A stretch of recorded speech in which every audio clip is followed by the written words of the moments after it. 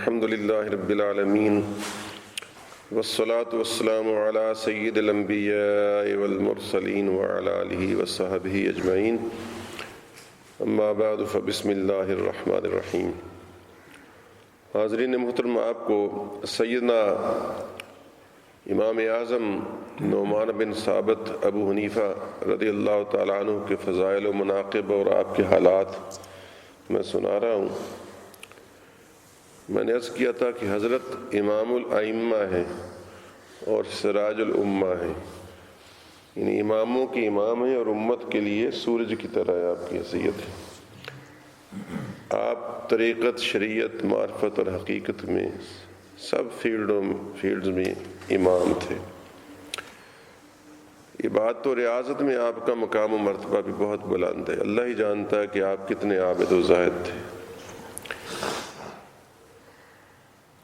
اس سے اندازہ کر لیجئے گا کہ آپ بروایت 100 یا بروایت 300 نفل روزانہ رات کو پڑھا کرتے تھے۔ تو ایک عورت دوسری عورت کو چلتے چلتے راہ میں کہنے لگی کہ بہن، سنا ہے یہ جو بزرگ ہے نا، یہ روزانہ 500 نفل پڑھتے ہیں۔ تو آپ نے اس دن سے 500 شروع کر دیے۔ فرمایا اس لیے کہ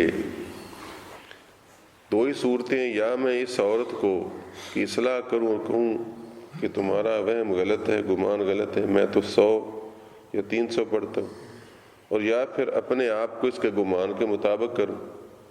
تو بجائے اس کے کہ میں اس کی درستی کرتا پھروں، اپنی درستی کیوں نہ کر لوں، اور 500 شروع کر دی۔ پھر ایک دن ایک بندہ اپنے بچے کی انگلی پکڑے جا رہا تھا اور کہنے لگا، بیٹا یہ جو ہے نا، یہ مسلمانوں کے امام ہیں، یہ روزانہ 1000 نفل پڑھا کرتے ہیں۔ تو آپ نے پھر 1000 شروع کر دی۔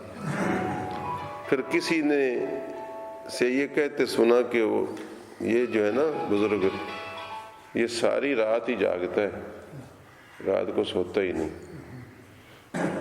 تو آپ نے اس کے بعد میں 20 سال تک متواطل رات کو سونا ہی چھوڑ دیا، اور ساری رات اللہ تعالیٰ کی عبادت اور نوافل میں مشغول رہتے۔ تو اس طرح کے بھی لوگ دیکھیے ہوئے ہیں۔ بس یہ وہ لوگ ہیں جنہوں نے زندگی کے مقصد کو سمجھ لیا۔ تو حضرت کی عبادت و ریاضت کی بھی حالت خدا ہی جانتا ہے کہاں تک پہنچی ہوئی تھی۔ بہرحال آپ کے اپنے تو ادب کرتے ہی تھے، بیگانے بھی آپ کا ادب کرتے تھے، اور غیر مسلم بھی آپ کے عقیدت مند تھے، اور دیگر ائمہ کرام بھی آپ کا اتنا احترام کرتے تھے کہ بعض اوقات حالانکہ وہ بھی امامان حق ہیں، لیکن وہ اپنی تحقیق اور ریسرچ پر آپ سے دور تو عمل کرتے تھے، لیکن جب آپ کے سامنے آتے تو اپنی تحقیق اور ریسرچ چھوڑ کر آپ کے قول پر عمل کرتے۔ حتیٰ کہ زندگی میں نہیں بلکہ امام شافعی رحمۃ اللہ تعالیٰ علیہ فرماتے ہیں کہ مجھ کو کوئی اگر مشکل پیش آتی ہے تو میں امام اعظم کی قبر انور کے پاس جا کر 2 نفل پڑھتا ہوں، تو اس قرب کی برکت سے میری وہ مشکل حل ہو جاتی ہے۔ اور جب وہ ان کے قبر انور کے پاس آ کر نفل پڑھتے، یہ یاد رہے قبر کو سامنے رکھ کر نفل پڑھنے جائز نہیں ہے، سراندی کی طرف یا پائنتی کی طرف پڑھے جا سکتے ہیں، کہ منہ کعبے کی طرف ہو، یہ بھی یاد رکھیے۔ تو جب وہ آپ کے کہیں سراہنے آ کر نفل پڑھتے تو اس وقت وہ رفع یدین نہیں کرتے تھے، کیونکہ امام شافعی رحمۃ اللہ علیہ کے مسلک میں رفع یدین یعنی جس طرح رکوع میں جاتے ہوئے نا جس طرح اہل حدیث کرتے ہیں تو وہ ہاتھ اٹھاتے ہیں کانوں تک، تو اب وہ نہیں کرتے تھے۔ تو کس نے کہا کہ حضرت آپ کے ریسرچ اور تحقیق میں تو یہ رفع یدین ہے اور آپ یہاں آ کر نہیں کرتے؟ فرمایا مجھے صاحب قبر کی عظمت کے سامنے حجاب اور شرم آتی ہے کہ میں اتنے بڑے امام کے سامنے اپنی تحقیق پر عمل کروں۔ اس سے 2 نتیجے نکلے، ایک تو یہ کہ آپ امام شافعی ان کی عظمت کو مانتے تھے بطور محقق کے، اور دوسرا یہ ہے کہ ان کا عقیدہ تھا کہ قبر والا باہر والوں کو دیکھتا ہے، خاص طور پر اللہ کے ولی پر تو کچھ بھی نہا نہیں ہوتا، کیوں یہ سید واضح ہوتا ہے نا. تو لہٰذا جو سمجھتے ہیں کہ قبریں بس مٹی کے ڈھیر ہیں اور مار کر مٹی میں مل چکی ہیں اور کتابوں میں لکھ دیا ہے، اس کو معلوم انہوں نے بے ادبی کی باتیں کی ہیں. اس سے ان کو توبہ کرنی چاہیے تھی، بجائے اس کے کہ ایک باقاعدہ ایک عقیدہ اور مسلک بنا کر اپنی ایک امت میں ایک نیا افتراق شروع کیا اور اپنا ایک مخصوص نام رکھ کر ملک میں فرقہ واریت کو فروغ دیا. تو سچ یہ ہے کہ فرقہ واریت کو فروغ نہیں دینا چاہیے. ہم اصل اہل سنت و جماعت ہیں اور ابتدا سے جو آ رہا ہے ہمارا مسلک، اسی پر مسلک پر سب کو عمل کرنا چاہیے اور اس سے علیحدہ ہٹ کر راہیں نہیں بنانی چاہیے.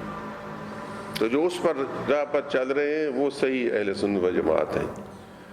جو نئی فکر کو فروغ دیتے ہیں نا عدل بدل کے، اور اس میں علماء جو ہیں وہ سند ہیں، جاہل سند نہیں ہے. کسی نام نیاز سنی جاہل کی بات دیکھ کر کہا جائے کہ یہ دیکھو جی سنی ایسے ہوتے ہیں، نہیں. علماء جو سند ہیں، اگر علماء غلطی کریں تو وہ سند ہے کہ یہ دیکھو فلانے علماء ایسا کرتے ہیں. عوام جو ہیں وہ تو غلط باتوں پر عمل کرتے ہیں، چلتے رہتے ہیں، ان کو سند نہیں بنانا چاہیے. الحمدللہ ہمارے جو جید علماء مسلک کا مسلک ہے وہی مسلک حق اہل سنت و جماعت ہے. اب یہاں ایک سوال ضرور پیدا ہوتا ہے، یہ تھوڑا سا اس لیے بتا رہا ہوں کہ بعض بندے دور دور سے آنے لگے ہیں تو ان کا گھر بھی تو پورا کرنا ہوتا ہے نا. بندہ جو 2-4 میل پیٹرول خرچ کر کے آتا ہے تو اس لیے تھوڑا سا وقت لگنے لگا ہے. پھر معذرت چاہتا ہوں. یہاں سوال پیدا ہوتا ہے کہ پھر امام شافعی رحمۃ اللہ تعالی علیہ تو ان کے مسلک پر وہاں عمل کرتے تھے تو پیچھے بھی ان کے مسلک پر کیوں نہ عمل کرتے رہے؟ تو اس کی وجہ یہ تھی کہ وہ یہ جانتے تھے کہ ہمارے اس بزرگ امام نے ریسرچ میں غلطی نہیں کی ہے. البتہ ہمارے پاس جو روایتیں پہنچی ہیں اس وقت باقاعدہ کتابیں تو نہیں لکھی گئی تھیں ساری حدیثوں کی اکٹھی کر کے. تو ان کو جو روایات پہنچی ہیں صحابہ کرام سے ان کے مطابق انہوں نے اپنی تحقیق کر کے اس پر فتویٰ جاری فرمایا ہے. اور ہمیں جن علاقوں میں جس جگہوں پر وہ گئے جہاں سے جن صحابہ سے رابطہ ہوا تو ان کے حوالے سے ان کو جو تحقیق پہنچی انہوں نے اس پر عمل کیا. یہ نہیں تھا کہ ان سب کو یکساں حدیثیں پہنچی ہوں اور انہوں نے اور نتیجہ نکالا انہوں نے اور نتیجہ نکالا، کیونکہ اس وقت یعنی مرتب اور منظم احادیث کے ذخیرے اکٹھے نہیں ملتے تھے جس طرح ہمیں ملتے. کیونکہ اس وقت ابھی تک یہ کتابیں مارز وجود میں نہیں آئی تھیں، کوئی بخاری مسلم یہ وہ فلانی. تو اس وجہ سے تو اس زمانے میں یہی تھا کہ یہ تابعین صحابہ سے ملتے تھے یا کس سے ملتے، کہیں کوئی صحابی تھا کہیں تو جس سے جو ان کو شاید چیزیں ملی ان کے مطابق انہوں نے اس میں تحقیق کر کے چنانچہ یہی رفع یدین. اس میں آپ موٹی سی بات سمجھا دیتا ہوں. عبداللہ ابن مسعود رضی اللہ تعالیٰ عنہ کی روایت میں ہے کہ رفع یدین نہ کیا جائے، اور ترمذی شریف میں موجود ہے. عبداللہ ابن عمر کی ایک روایت بخاری میں موجود ہے کہ رفع یدین کیا جائے.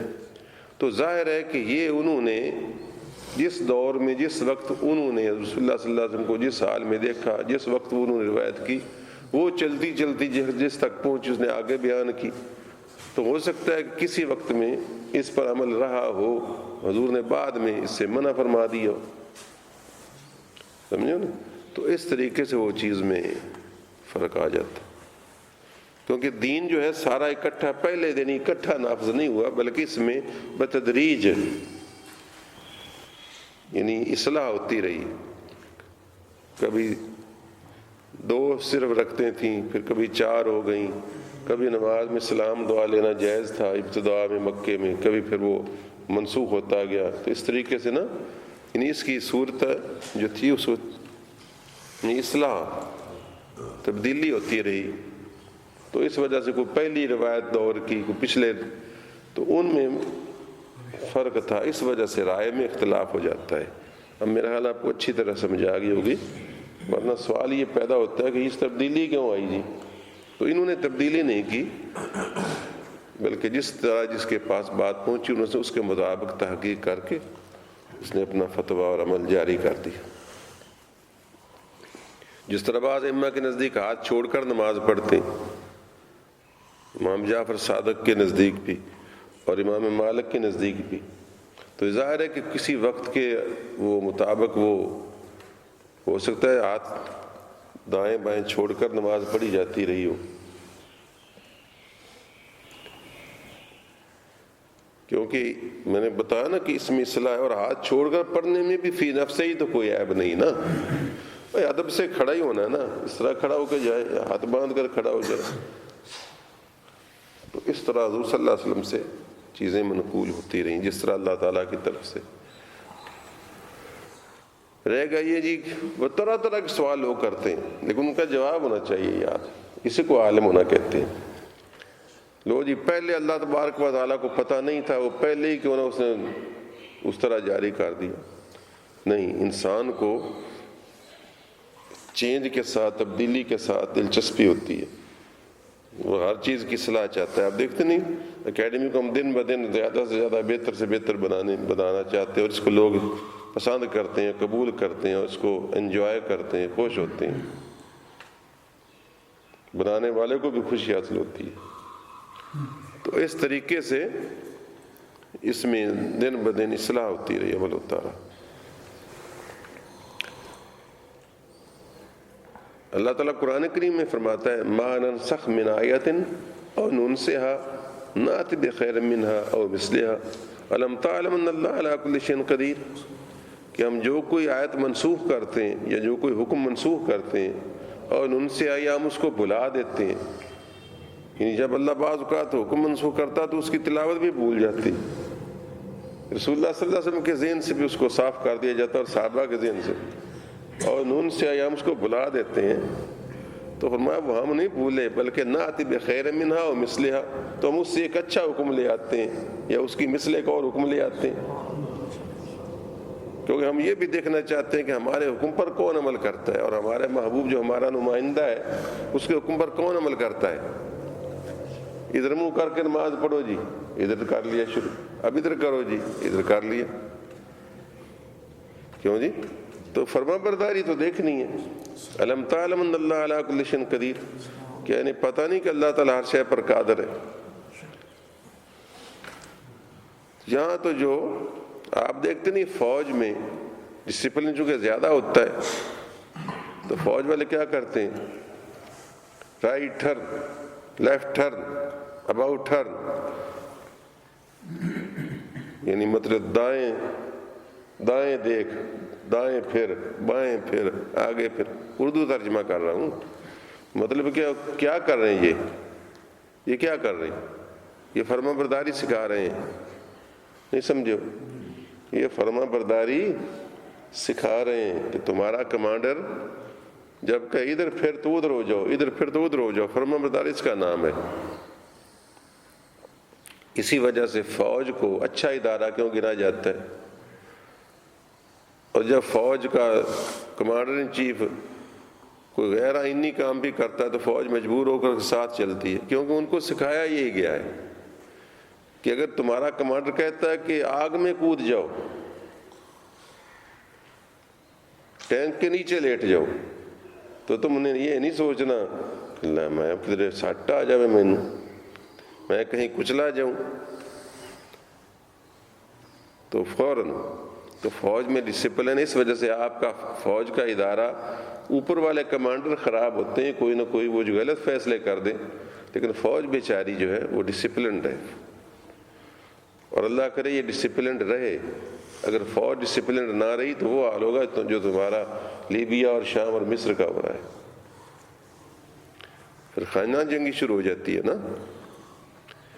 تو پرویز مشرف کے فیصلے پر نواز شریف کا اتر جانا یہ پھر بھی اچھا تھا، کیونکہ اگر فوج کے دو حصے ہو کر فوج آپس میں لڑنے لگتی تو وہ قتل عام ہوتی ملک میں، کیوں جی؟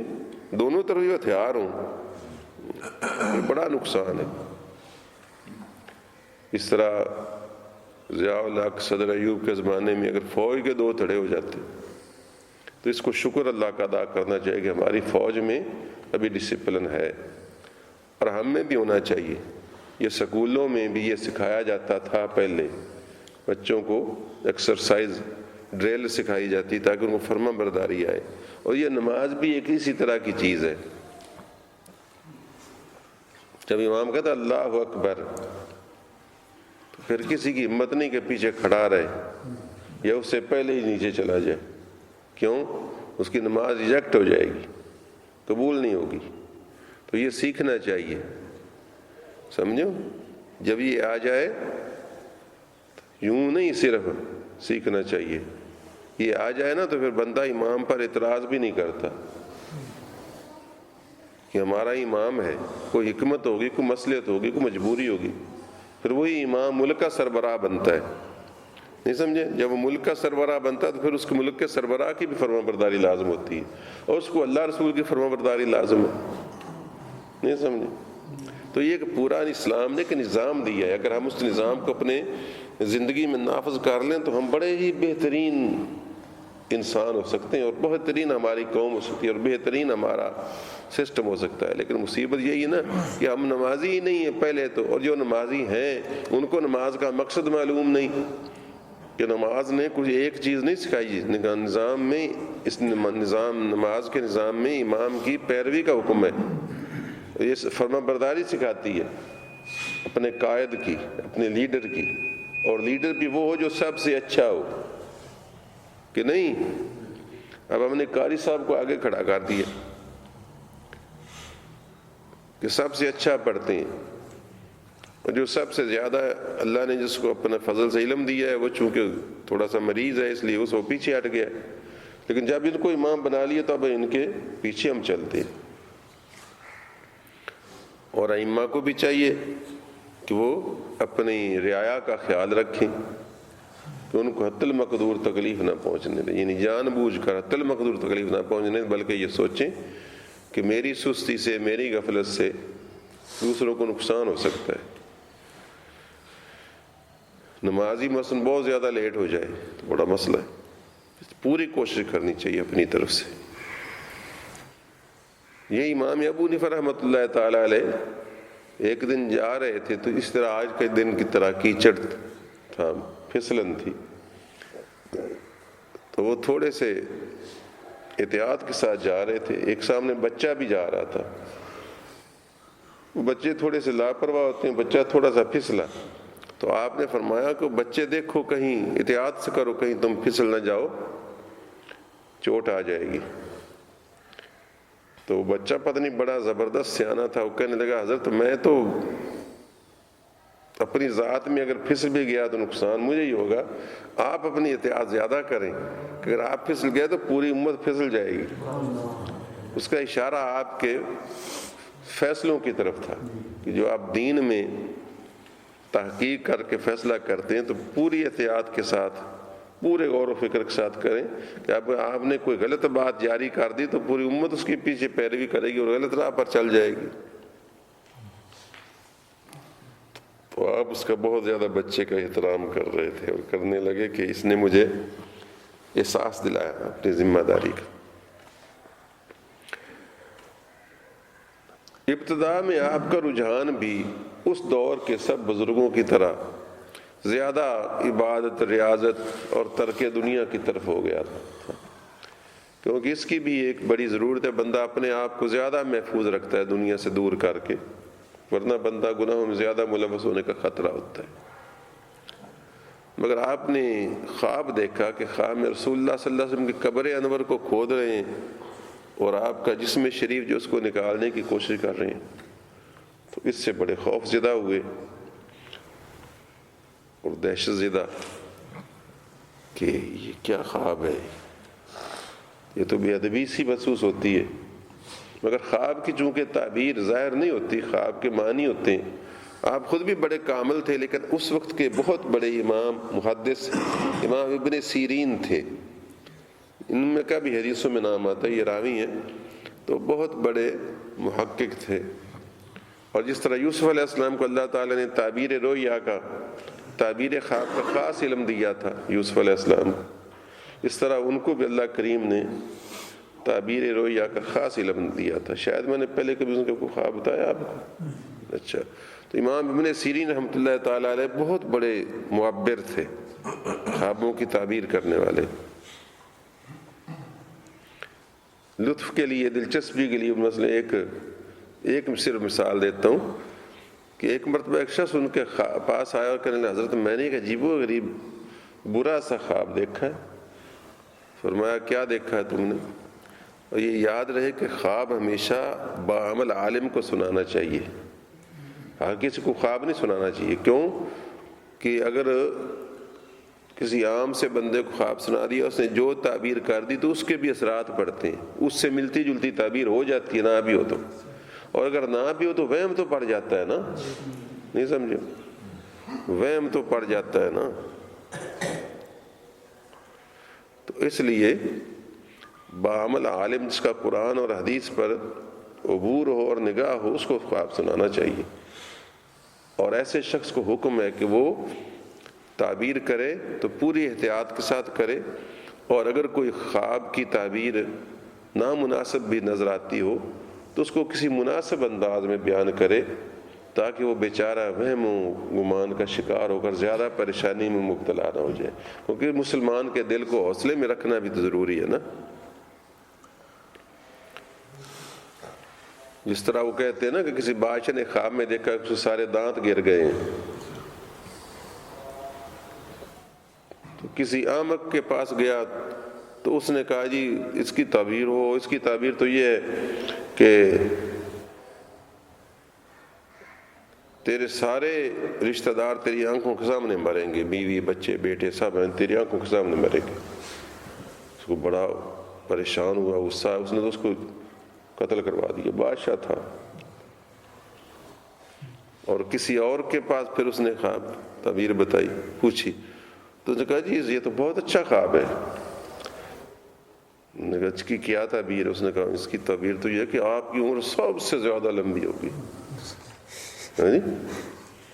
آپ کی عمر اپنی برادری میں سب سے زیادہ لمبی ہوگی. تو اس نے احمق بادشاہ نے اس کو انعام سے مالا مال کر دیا. حالانکہ مطلب دونوں کا ایک ہی تھا. جی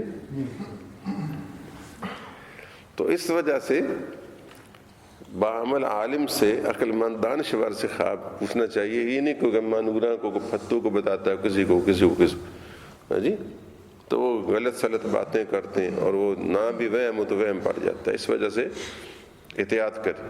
تو امام ابن سیرین رحمۃ اللہ تعالیٰ علیہ کی خدمت میں امام ابو حنیفہ گئے. یہ لوگ نا بڑے ہو کر اپنے آپ کو بڑا نہیں سمجھتے تھے.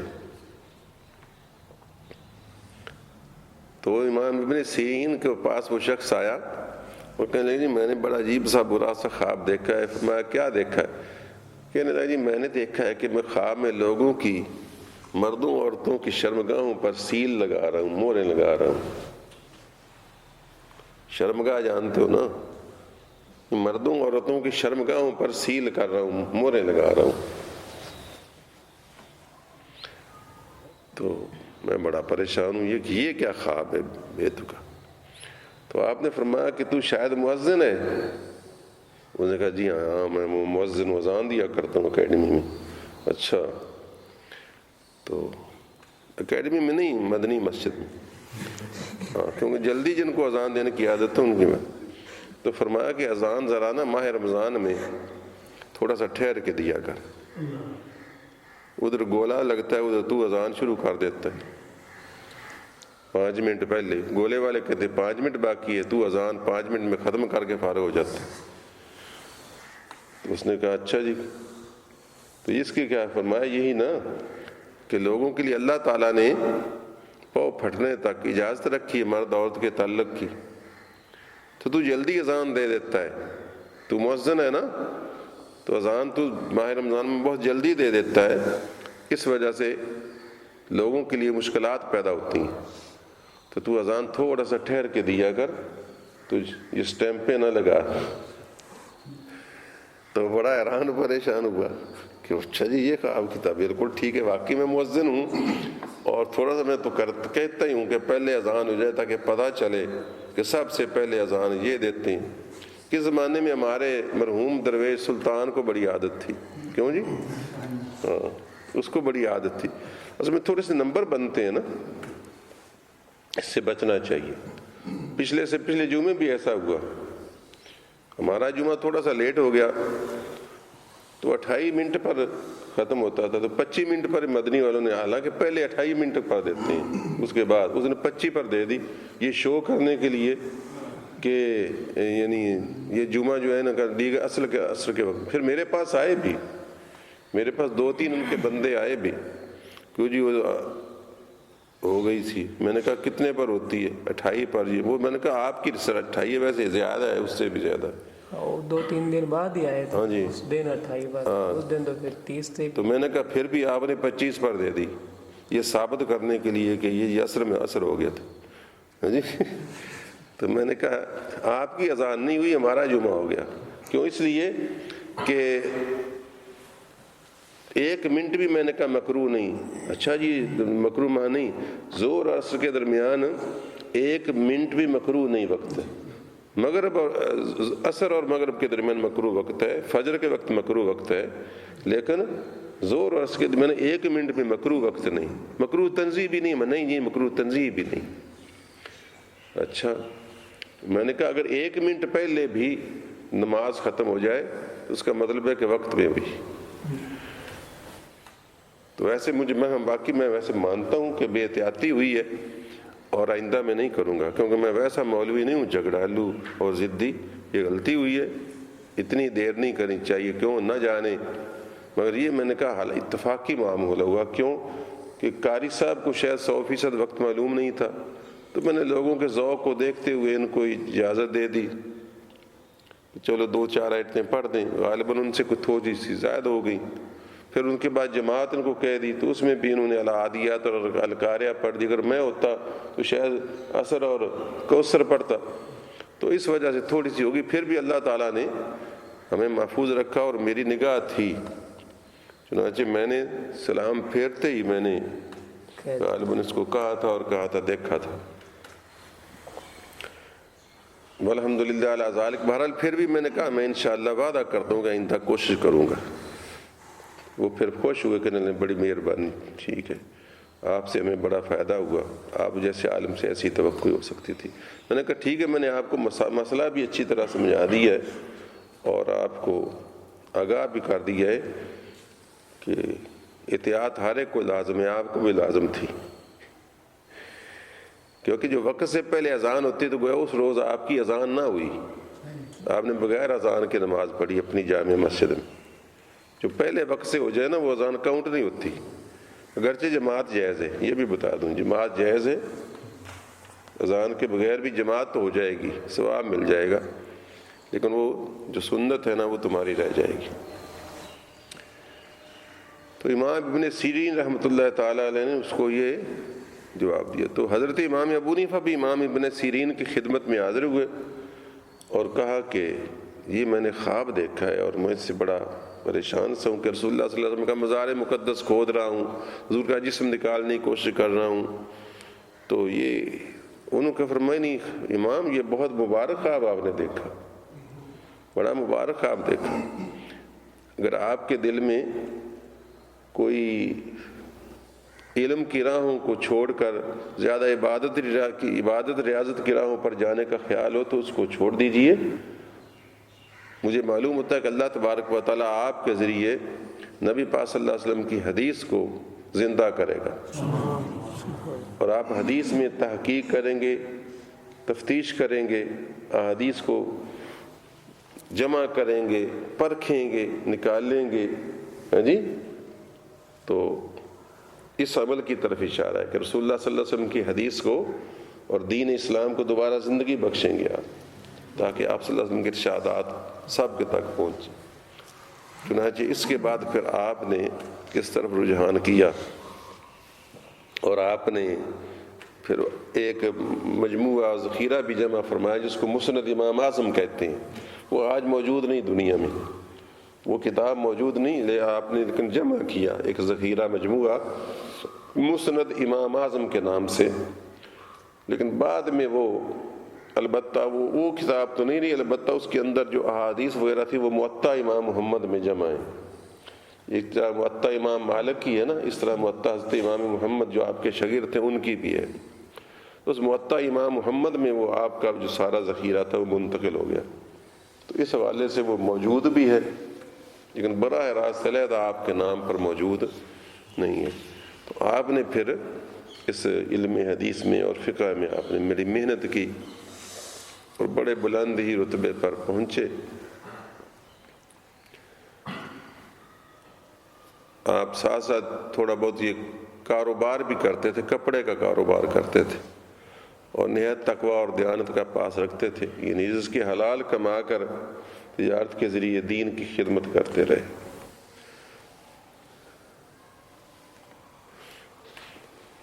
کافی